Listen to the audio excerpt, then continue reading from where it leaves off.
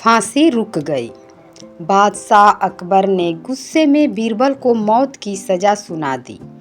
पूरे दरबार को यकीन था कि अब बीरबल नहीं बचेंगे, लेकिन आखिरी पल में बीरबल ने ऐसी चाल चली कि बादशाह अकबर खुद सिंहासन से उठकर खड़े हो गए।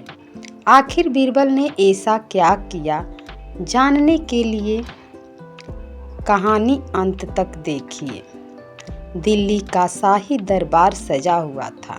अचानक एक व्यापारी रोता हुआ दरबार में पहुंचा। उसने कहा, जहांपनाह, मेरी जीवन भर की कमाई सोने के 100 सिक्के चोरी हो गए हैं। मुझे पूरा यकीन है कि चोर यहीं दरबार में मौजूद हैं। पूरा दरबार हैरान रह गया। अकबर ने सैनिकों को आदेश दिया, जिसने चोरी की है वह अभी सच बता दे, नहीं तो कड़ी सज़ा मिलेगी। लेकिन कोई आगे नहीं आया।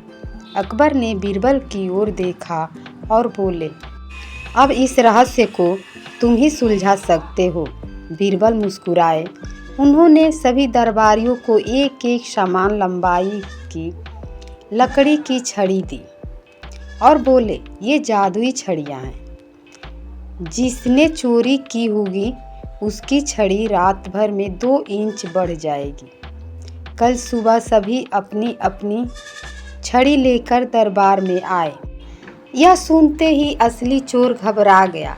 उसे लगा कि सचमुच उसकी छड़ी बढ़ जाएगी। रात में उसने डर के मारे अपनी छड़ी के 2 इंच काट दिए। अगले दिन सभी दरबारी अपनी छड़ियाँ लेकर पहुँचे। बीरबल ने एक एक छड़ी देखी। अचानक उन्होंने एक दरबारी की ओर इशारा करते हुए कहा, जहांपनाह, चोर यही हैं। दरबारी कांपने लगा। अकबर ने पूछा, तुम्हें कैसे पता चला? बीरबल बोले, मैंने कोई जादुई छड़ी नहीं दी थी, लेकिन चोर डर गया और उसने अपनी छड़ी खुद ही 2 इंच छोटी कर दी। यही उसका सबसे बड़ा सबूत है। यह सुनते ही दरबारी रो पड़ा। उसने कहा, मुझसे गलती हो गई। लालच में आकर मैंने ही सोने के सिक्के चुराए थे। उसने तुरंत सारे सिक्के व्यापारी को लौटा दिए। अकबर ने बीरबल की ओर इशारा करते हुए कहा, बीरबल, तुमने फिर साबित कर दिया कि बुद्धि सबसे बड़ी ताकत है। जहाँ तलवार हार जाती है, वहाँ समझदारी जीत जाती है।